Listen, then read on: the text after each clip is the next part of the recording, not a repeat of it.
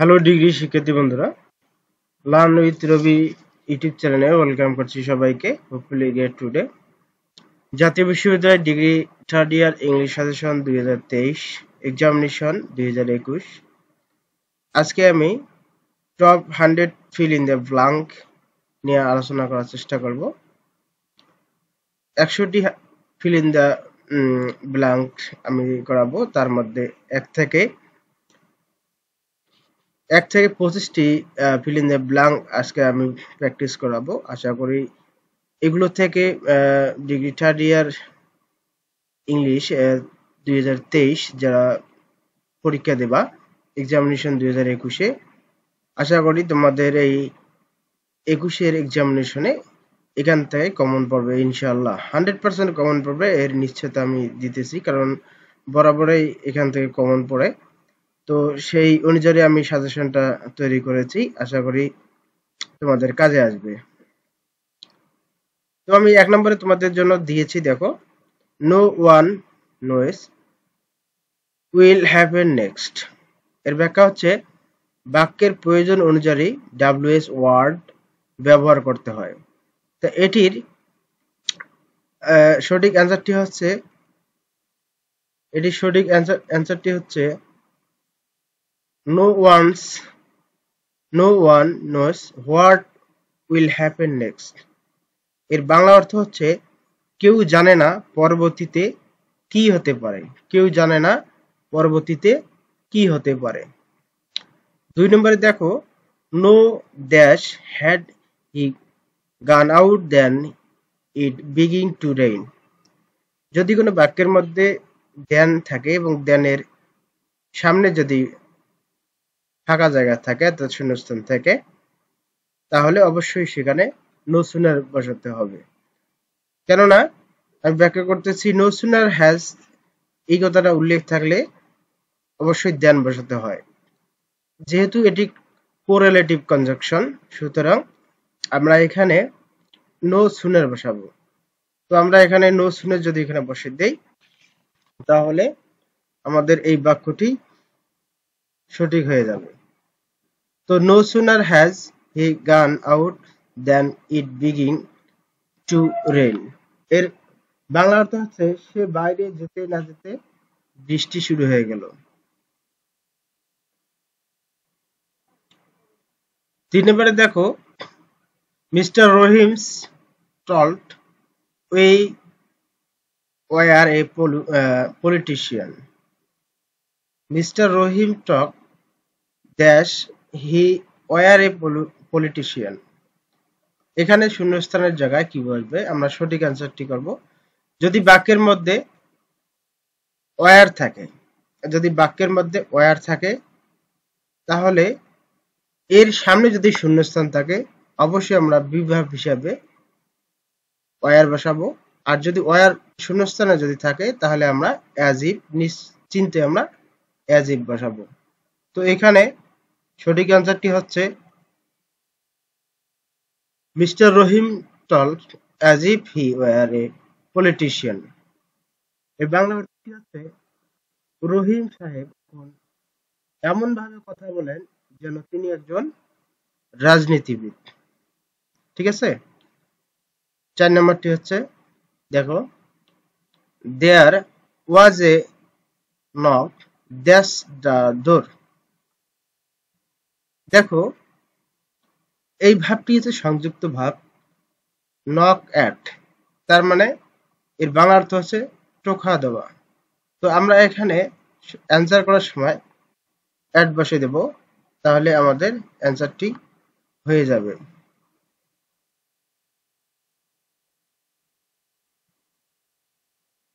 তাহলে আমাদের অ্যান্সার হচ্ছে দেয়ার ওয়াজ এ নক অ্যাট দ্য ডোর, অর্থাৎ কি, দরজা কেউ কি টোকা দিল বা দরজায় টোকা পড়লো।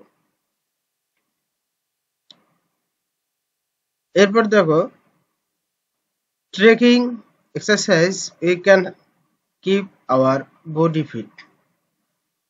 এর ব্যাখ্যা হচ্ছে দ্বারা অর্থ প্রকাশ করতে এই ধরনের অ্যাফার্মেটিভ বাক্যে বাই ব্যবহার হয়। তো আমরা এই fill in the blank answer করার সময় অবশ্যই আমরা এখানে বাই ব্যবহার করব। তাহলে আমাদের অ্যান্সার হচ্ছে by taking exercise we can keep our body fit.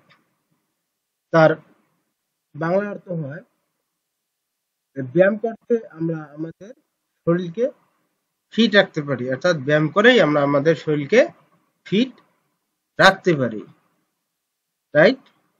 এরপর দেখো 6 নম্বরে, হি is not only a post dash a philosopher. এর ব্যাখ্যা হচ্ছে নট অনলি বাট অলসো। দেখো আমি দেখেছি যদি কোনো বাক্যের মধ্যে নট অনলি থাকে দেন এরপর যদি শূন্যস্থান থাকে তাহলে অবশ্যই বাট অলসো আমাদের ইউজ করতে হবে, কারণ এটি কোরিলেটিভ কনজাংশন। সুতরাং যদি বাট অলসো থাকতো তাহলে আমরা নট অনলি বসাইতাম। তো যেহেতু আমাদের বাক্যে নট অনলি রয়েছে, তো অ্যান্সার করার সময় আমরা এই বাট অনলি বাট অলসো আমরা বসাই দেব। তাহলে আমাদের অ্যান্সার হলো he is not only a poet but also a philosopher. এরপর দেখো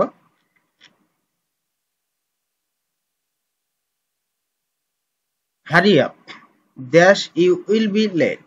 hurry up you will be late. এর ব্যাখ্যা হচ্ছে বাক্যের প্রয়োজন অনুযায়ী কনজাংশন অর অথবা আদারওয়াইজ ব্যবহার করতে হয়। তো আমরা এখানে অ্যান্সার করার সময় অর অথবা আদারওয়াইজ ব্যবহার করতে পারি। ধরো আমরা এখানে অর লিখলাম, এরপর ইউ উইল বি লেট, আমরা আদারওয়াইজ এখানে ব্যবহার করতে পারি। ঠিক আছে, বাক্যের প্রয়োজন অনুযায়ী কনজাংশন আমরা এখানে ব্যবহার করব। ঠিক আছে। 8 নম্বরে দেখো হি লেফট নো স্টোন। এখানে আমরা অ্যান্সার করব আনট্রেন্ড। ঠিক আছে, তো এটি হচ্ছে গ্রুপ ভার্ব। ঠিক আছে, সুতরাং আমরা এটি ব্যবহার করব।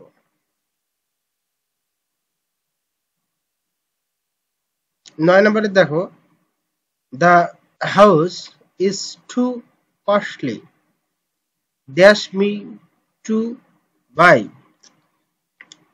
যদি বাক্যের মধ্যে টু থাকে এরপর টু থাকে, ঠিক আছে, মাঝখানে যদি শূন্যস্থান থাকে তারপর এর মাঝে অবজেক্টিভ ফর্ম বসে, এই অবজেক্টিভ ফর্ম হিসেবে আমরা ফর ব্যবহার করব। সবসময় এখানে ফর ব্যবহার করব, রাইট। তো আমরা অ্যান্সার করলাম the house is too costly for me to buy. তার মানে কি বাড়ি আমার কেনার জন্য খুবই ব্যয়বহুল, এই বাড়িটি কেনার জন্য আমার খুবই ব্যয়বহুল। এরপর দেখো he does not know dash to swim. দেখো এই ভার্বটি রয়েছে প্রেজেন্ট ফর্মে, সুতরাং আমাদের এখানে ভার্ব হিসেবে আমাদের দেওয়া আছে। ঠিক আছে, তো নোর পরে আমরা অবশ্যই এর গঠন প্রণালী অনুযায়ী আমরা এখানে অ্যান্সার করব হাউ। তো আমরা যদি এখানে হাউ দেই তাহলে দেখো he does not know how to swim.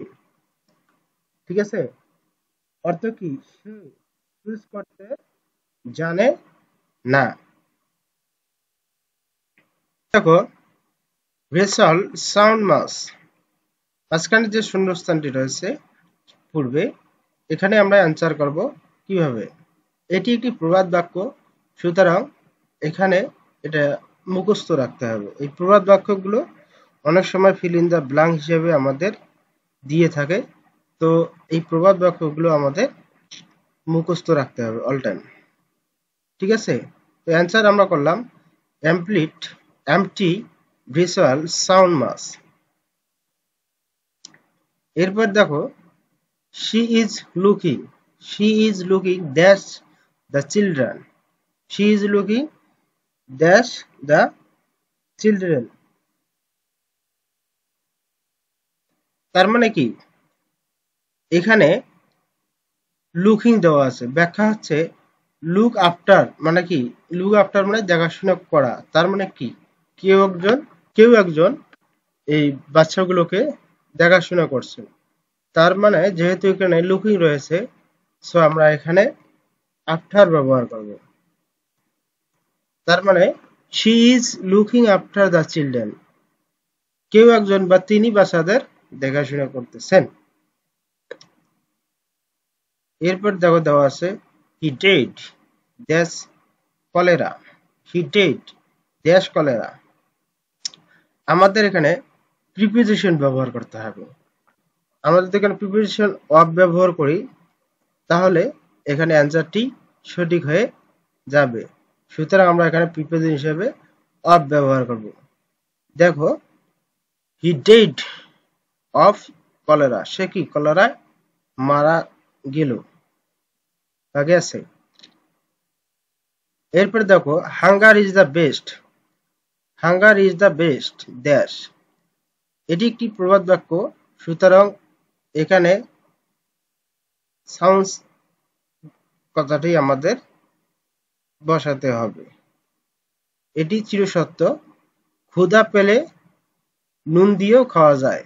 এর বাংলা অর্থ হচ্ছে কি, ক্ষুধা পেলে নুন দিয়েও খাওয়া যায় অথবা লবণ দিয়েও খাওয়া যায়। এরপর দেখো 15 নম্বরে the man dead the country, the man dead the country. এখানে মাঝখানে যে আমাদের শূন্যস্থানটি রয়েছে, তো এখানে আমরা বসাবো ফর, তাহলে আমাদের এই বাক্যটি কারেক্ট হয়ে যাবে। এটি তোমরা প্র্যাকটিস করে নেবা। The main dead for the country, তার মানে কি, কেউ যদি মহৎ কাজের উদ্দেশ্যে মারা যায়, দেশের জন্য কোনো ভালো কাজ করে মারা যায়, সেক্ষেত্রে আমরা এখানে ফর বসাবো, right. He is addicted dash gambling, he is addicted dash gambling. তার মানে কি, কোনো মন্দ কাজে আসক্ত হওয়া। অ্যাডিক্টেড, অ্যাডিক্টেড টু মানে মন্দ কাজে আসক্ত হওয়া। সুতরাং যেহেতু এখানে অ্যাডিক্টেড রয়েছে, তো আমরা এখানে টু বসাইলাম। তার মানে আমাদের অ্যান্সার হলো he is addicted to gambling. Gambling হচ্ছে জুয়া, মানে গ্যাম্বলিং মানে হচ্ছে জুয়া খেলা। তার মানে কি, সে জুয়ায় আসক্ত হয়ে গেছে, তাই না। এরপর দেখো as soon as I saw him he dashed the place, যদি আমি এর ব্যাখ্যা করি, as soon as ভার্বের প্রেজেন্ট ফর্ম এখানে রয়েছে, তো আমরা ভার্বের পাস্ট ফর্ম এখানে করব, তাই না। পাস্ট ফর্ম হিসাবে আমরা এখানে লেফট কথাটা অ্যান্সার হিসাবে বসিয়ে দিব। তো আমরা যদি অ্যান্সার করি as soon as I saw him he left the place, ঠিক আছে, আমাদের অ্যান্সারটি হয়ে গেল। এরপর দেখো he is intelligent, he is intelligent dash to understand the question, right. তো এর ব্যাখ্যাটি হচ্ছে, এটি হচ্ছে প্রবাদ বাক্য, তিনি প্রশ্নটি বোঝার মতো যথেষ্ট বুদ্ধিমান, রাইট। তো যেহেতু এখানে যথেষ্ট কথাটা বোঝাচ্ছে, তো তার মানে আমরা অবশ্যই এখানে অ্যান্সার করার সময় আমরা এনাফ কথাটা বসে দেব, রাইট। তো আমাদের অ্যান্সারটি হলো he is intelligent enough to understand the question. এরপর দেখো অনেস্টি ড্যাশ হ্যাপিনেস, কি সততা সুখ আনে, অনেস্টি ড্যাশ হ্যাপিনেস। এখানে আমরা অ্যান্সার হিসাবে আমরা লিখব ব্রিং, ব্রিংস কথাটা আমরা এখানে বসে দেব, তাহলে আমাদের এই অ্যান্সারটি হয়ে যাবে, রাইট। আমরা এখানে ব্রিং কথাটা জুড়ে দেব, কারণ এটি প্রবাদ বাক্য।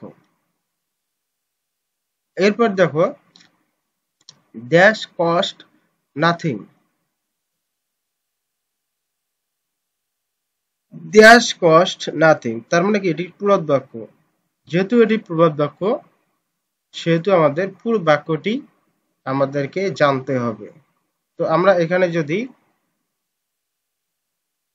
পার্টিস সি যদি আমরা এখানে ব্যবহার করি, তাহলে আমাদের অ্যান্সারটি এখানে হয়ে যাচ্ছে। এরপর দেখো 21 নম্বরে, he believes as if he dash a fool. তার মানে কি? আপনাদেরকে বলেছি যদি বাক্যের মধ্যে অ্যাজ ইফ থাকে তাহলে আমাদের ওয়্যার বসাতে হবে, আর যদি এখানে ওয়্যার থাকে এবং সামনে যদি শূন্যস্থান থাকে তাহলে ফিল ইন দ্য ব্ল্যাঙ্কে অ্যান্সার করার সময় আমরা অ্যাজ ইফ বসাবো। সুতরাং আমাদের অ্যাজ ইফ এখানে রয়েছে, তো আমরা অ্যান্সার হিসেবে অবশ্যই ওয়্যার ব্যবহার করব। He believes as if he were a fool, right? এরপর দেখো, everybody likes to praised. Everybody likes to praised, সবাই প্রশংসা করতে পছন্দ করে। এটি একটি প্রবাদ বাক্য, সুতরাং আমরা এখানে একটি বি ভাব যোগ করে দেব। Everybody likes to be praised. Everybody likes to be praised, right? এরপর দেখো,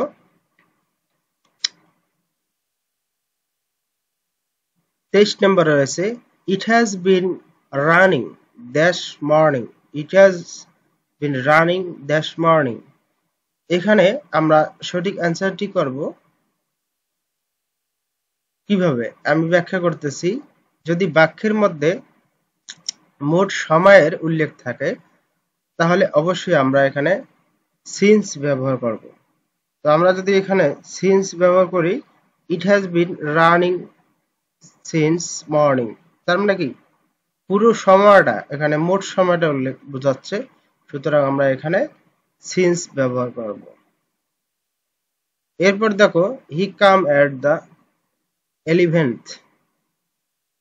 ঠিক আছে, যদি কোনো সময় শেষ বোঝায়, সময় শেষ বোঝায়, তাহলে অবশ্যই সেখানে আমরা আওয়ার ব্যবহার করব, রাইট? তাহলে আমাদের অ্যান্সারটি হয়ে যাবে।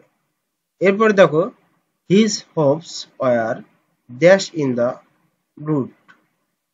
তার মানে কি এখানে সঠিক অ্যান্সারটি হচ্ছে, আমরা এখানে ব্যাখ্যা যদি করি, নিপ ইন দ্য ব্লুড মানে অঙ্কুশে বিনিষ্ট হওয়া, তার মানে এখানে সঠিক অ্যান্সার হবে nip. He nips, sorry, his hopes were nips in the bud, right? তো আমাদের এই 25টি আজকে আমি এই ক্লাসে করালাম ফিল ইন দ্য ব্ল্যাঙ্ক।